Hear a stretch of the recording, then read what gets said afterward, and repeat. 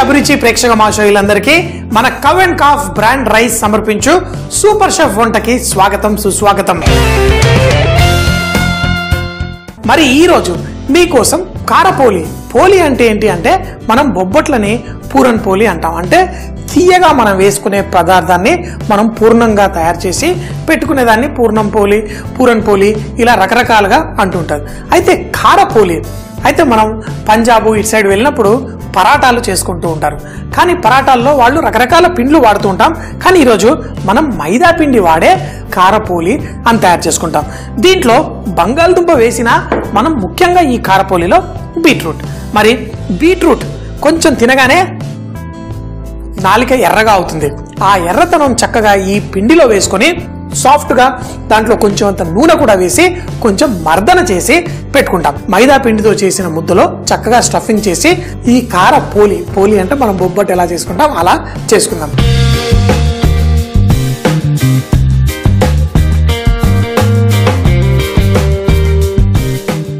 Stove on చేసుకొని మనం దీన్ని తయారు చేసుకుందాం. మంట మనం పెట్టేసి దీంట్లో నూనె వేసుకుందాం.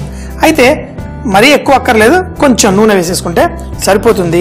పచ్చిమిరపకాయలు కూడా బాగా వేసుకుందాం. మరీ ఘాటుగా కారపోలి అనేసరికి దాంట్లో బాగా కారం ఉండాలని ఏం లేదు. మన ఇంట్లో చిన్న పిల్లలు ఉంటే మరి వాళ్ళు తినే విధంగా మనం చేసుకుందాం. దీంట్లో ఆ పచ్చిమిరపకాయలతోటి మంచి సువాసన వస్తుంది.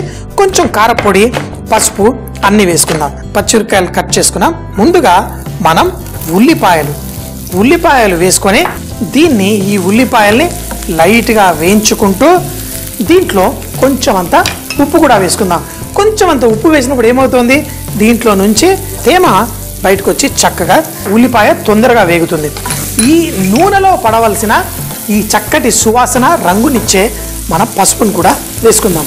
ఎప్పుడైనా కానీ పసుపుని మనం ఇలా నూనెలో వేసుకుంటే దాని రంగు బయటకు వస్తుంది. దీంట్లో మనం సన్నగా చాప్ చేసుకున్న పచ్చిమిరపకాయలు, ఇందులోని తేమని మనం స్లోగా బయటికి తీయాలి. ఇందులో పచ్చి బఠానీలు లైట్గా చాప్ చేసేద్దాం. ఎందుకంటే మనం దీన్ని పూర్ణంలా మనం చేసుకోవాలి. ఈ పచ్చి బఠానీల్ని మనం చక్కగా చాప్ చేసేసుకుందాం. ఇలా లేదంటే మిక్సీలో వేసి లైట్గా ఒక్కసారి మీరు ఇలా బర్బర్ అంటే ఇవన్నీ చాప్ అవుతాయి. ఎందుకు అంటే మళ్ళీ మనం దీన్ని పరాటాల్లో వేసేటప్పుడు మళ్ళీ ఇవి ఆ పరాటా పిండిని చింపకుండా కాపాడుతుంది. ఇవి ముందే వాటిని బ్లాంక్ చేస్తారు. అంటే చక్కగా లైట్గా ఆ వేడి నీళ్ళల్లో కేవలం 1 నిమిషం పాటు కుక్ చేసి మనకు పెడతారు. కాబట్టి ఈ పచ్చి బఠానీ కుక్ అయిందా లేదా అనే భయం మనకు అక్కర్లే. ఇప్పుడు ఇందులో ఈ పచ్చి బఠానీ వేసుకొని ఇలా ఈ మసాలా నాకు కావలసిన విధంగా కొంచెం ఎర్రగా చక్కగా అవుతుంది. ఈ పచ్చి బఠానీలు వేసిన వెంటనే మనం మిగతా మసాలాలు అన్నీ వేసుకోవచ్చు. కారపొడి, అలాగే దీంట్లో మనం కొంచెం అంత గరం మసాలా, ఎక్కువ అక్కర్లే, చాలా కొంచెం గరం మసాలాతో కొంచెం జాగ్రత్తగా ఉండండి. జీలకర్ర పొడి మీ సొంతం, అలాగే కొంచెం ధనియాల పొడి, అన్నీ పొళ్ళు వేసిన తర్వాత చాట్ మసాలా కూడా మనం ఇందులో వేసేసుకుందాం. ఇప్పుడు మన బీట్రూట్ ఏదైతే ఉందో ఈ బీట్రూట్ తురుముని కూడా దీంతో పాటు వేసి ఇందులో ఉన్న తేమంతా మనకి కొంచెం తగ్గేలా స్లోగా కుక్ చేసుకుందాం. చూడండి, ఇప్పుడు మన కారపోలి మనకి చాలా మంచి టేస్ట్ వస్తుంది. దీంట్లో మన బంగాళదుంప తురుముని కూడా మనం వేసుకుందాం. కానీ ముందు ఇందులోని తేమ తగ్గనిద్దాం. 3-4 నిమిషాల పాటు స్లోగా కుక్ చేసుకోండి. బీట్రూట్ కూడా లైట్గా వేగినప్పుడే మంచి టేస్ట్ వస్తుంది. ఈ బీట్రూట్ ఒక పక్కన స్లైట్గా ఇలా కుక్ చేసుకుంటూ ఉందాం. అలాగే దీంట్లో మనం బంగాళదుంప వేయాలి. మరి ఈ బంగాళదుంప కూడా మనం ఉడికినప్పుడు ఈ వేడి నీళ్ళల్లో నుంచి అప్పటికప్పుడే మనం తీసేయాలి. లేదనుకోండి ఇది తేమ మనకి ఎక్కువగా పీల్చుకొని ఇది బాగోదు. ఇప్పుడు పర్ఫెక్ట్గా ఉంది. ఈ విధంగా ఈ గ్రేట్ చేసుకున్న బంగాళదుంపను కూడా దీంట్లో పాటు వేసేసుకొని దీన్ని చక్కగా కలిపేసి మనం డ్రైగా చేసుకొని తర్వాత దీన్ని స్టఫింగ్లో ఎలా వాడాలో చూద్దాం. దీంట్లో ఈ బంగాళదుంప కూడా వేసి మనం స్లోగా కుక్ చేసుకుందాం. కానీ మన పిండి ముద్ద ఇంకా కలుపుకోలేదు. మన మైదా పిండి ఏదైతే ఉందో తీసుకొని ఇందులో మనకు కావలసినంత ఉప్పు వేసుకుందాం. దీంట్లో కొంచెం 1 చెంచాడున్నర నూనె వేసి దీంట్లో నీళ్లు పోసి మనం ఈ పిండిని కొంచెం మనం సాఫ్ట్గా కలిపేసుకుందాం. నీట్ చేసిన తర్వాత దీనిపైన కొంచెం నూనె వేసేసి దీన్ని చక్కగా మనం ఒక 15 నిమిషాల పాటు రెస్ట్ ఇవ్వాలి. రెస్ట్ ఇచ్చినప్పుడు మనకి ఇది పర్ఫెక్ట్గా తయారవుతుంది. చూడండి, ఇప్పుడు నాకు కావలసిన ఆ తేమ పర్ఫెక్ట్గా ఇందులో సరిపోయింది. ఇటు పక్కన దీన్ని పెట్టేసుకుంటాను. దీన్ని చక్కగా కుక్ చేసేసి మన స్టవ్ కూడా కట్టేసి బొబ్బట్లు, కారపోలి అంటారు, బొబ్బట్లులా దీన్ని చేసుకుని ఎలా చేయాలో చూద్దాం. దీన్ని స్టవ్ కట్టేద్దాం, డ్రై అవనిద్దాం. ఇలా పిండి కలిపిన తర్వాత దీనిపైన కొంచెం నూనె పోసుకుందాం. ఏం లేదు, ప్రతి ఒక్కటి నూనె ఉండకూడదు అలా అంటే అలా. ఇప్పుడు ఈ నూనె పోసి దీన్ని లైట్గా ఇలా మర్దన చేసేసి ఇలా పెట్టేద్దాం. తినేటప్పుడు మంచి ఫీలింగ్ ఉంటుంది. అంతేకాకుండా మనకి ఈ పిండి పైన డ్రై అయిపోదు. ఇలా నూనె చక్కగా వేసేసి పెట్టేసుకుందాం. తర్వాత ఇది కూడా చల్లారిపోతుంది. దాన్ని రెండు కలిపేసి మన కారపోలి ఎలా చేయాలో చూద్దాం. మనం కలుపుకున్న పిండి మనకి సాఫ్ట్గా రెడీ అయిపోయింది.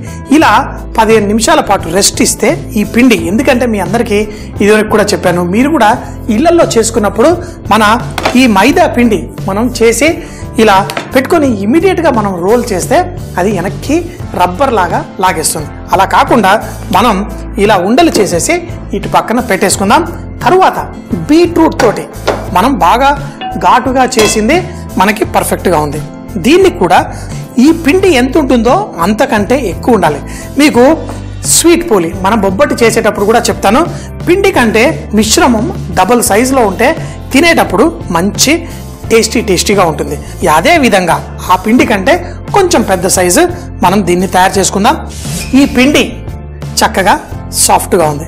దీన్ని లైట్గా ఇలా లోపల వైపు దీన్ని ఇలా చేస్తే అప్పుడు మనకి ఇది పర్ఫెక్ట్గా మనకు వస్తుంది. మధ్యలో స్థలం కొంచెం లావుగా ఉండాలి, అప్పుడు పర్ఫెక్ట్గా స్ప్రెడ్ అవుతుంది. చూడండి, ఈ విధంగా ఇలా చేసుకొని ఇప్పుడు మనం ఈ పిండి మిశ్రమాన్ని దీంట్లో వేసుకుందాం.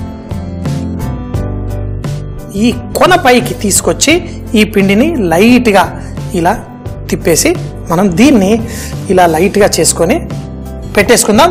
తర్వాత దీన్ని మళ్ళీ మనం ఎలా చేయాలో చూద్దాం. చక్కగా ఇలా ఉండల్లా తయారు చేసుకున్నాం.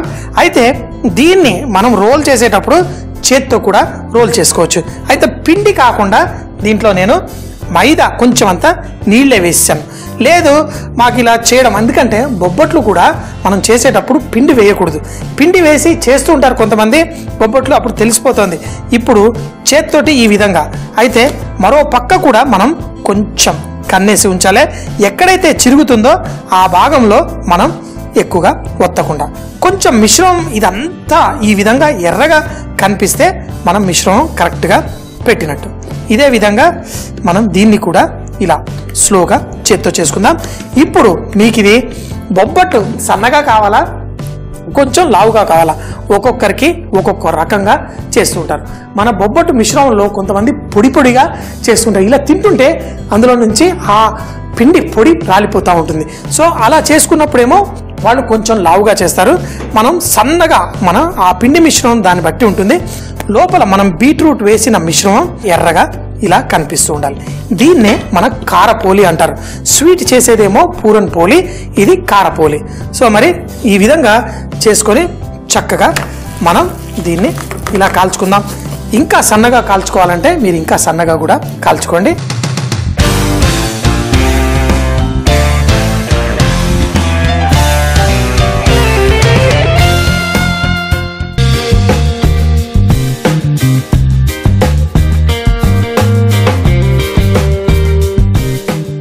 మనకి పర్ఫెక్ట్గా ఈవెన్ కలర్లో కుక్ అవుతుంది. బాగా వేడిగా ఉంది, అందుకని ఇలా చేస్తున్నాను. ఇప్పుడు చూడండి, మనకి అన్ని పక్కల చక్కగా కలర్ పర్ఫెక్ట్గా వస్తుంది. ఇలా చేసుకొని మనం తింటే అదిరిపోతుంది మన బొబ్బట్టు. దీంతో పాటు మీరు కేవలం నెయ్యి, లేకపోతే ఆవకాయ, లేకపోతే మనం రైతా, మీ ఇష్టం, మీకు ఎలా కావాలో అలా చేసుకోండి. ఇది ఎంత ఎర్రగా కనిపిస్తే అంత పర్ఫెక్ట్. మరి కొంచెం అంత నూనె వేసుకుందాం. మంచిగా రిచ్గా టేస్టీగా భలే పర్ఫెక్ట్గా తయారైపోయింది. రెండు పక్కల మనం చక్కగా కుక్ చేసుకుందాం. చూడండి, ఇలా ఉబ్బుతూ మనకి పర్ఫెక్ట్గా మనం కుక్ చేసుకుందాం. ఇప్పుడు చూడండి, ఇది కాలుతూ ఆ పైన పిండి కూడా మనకి చక్కగా పర్ఫెక్ట్గా టేస్టీగా ఉండాలి.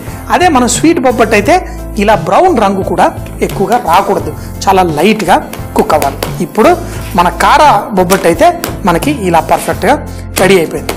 దీన్ని తింటుంటే ఉంటుంది మజా. అంతేకాకుండా దీన్ని కొంచెం అంతా ఘాటుగా హాట్గా తయారు చేసేసాను. సో మరి జాగ్రత్తగా 2 పక్కల మంచిగా కుక్ చేసుకొని తినేద్దాం. సూపర్ అంటే మహా సూపర్లా తయారవుతుంది. చూడండి మన బొబ్బట్టు, దీన్నే మనం కారపోలి అంటారు. సో ఈ విధంగా చేసుకొని ఇప్పుడు మనకి ఆ నూనె చక్కగా పెట్టేసుకున్నాం. మరో పక్కకు కూడా ఎంత ఈజీగా తిప్పచ్చు. అందులో చేత్తోటి ఇంత ఇదిగా ఎంత సన్నగా ఎలా చేయగలుగుతున్నాం. ఆ పిండి నేను చూపించిన విధంగా మనం తయారు చేసుకుంటే మనకి ఈ అట్టు చిరగకుండా పర్ఫెక్ట్గా వచ్చేస్తుంది. మరో పక్కన కూడా మీరు ఇలా తిప్పి వేసుకోండి. అందుకనే దీన్ని మైదా పిండితో తయారు చేస్తారు. కొంతమంది అనుకుంటుండొచ్చు ఏంటి మైదా పిండితో చేస్తున్నారు అంటే దానికి కారణం ఇది. మనం స్వీట్ బొబ్బట్టు కూడా ఇదే విధంగా చక్కగా చేసుకోవచ్చు. ఇలా కొంతమంది దీన్ని చేత్తో చేస్తూ చేస్తూ చేస్తూ దీన్ని పేపర్ అంత సన్నగా చేస్తారు. నాకు అవసరం లేదు అంత సన్నగా, నాకు ఈ మాత్రం అవుతే చాలు.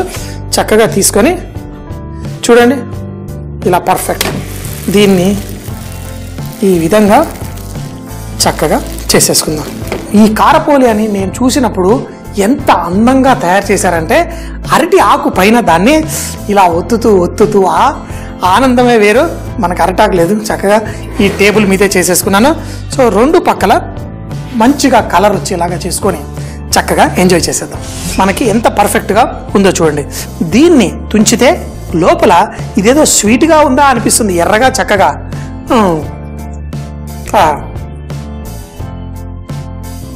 బీట్రూట్ బంగాళదుంప 2 నాకు చాలా ఇష్టం. అది ఈ పోలీ టైప్లో ఎంతో చక్కగా పర్ఫెక్ట్గా ఏంటి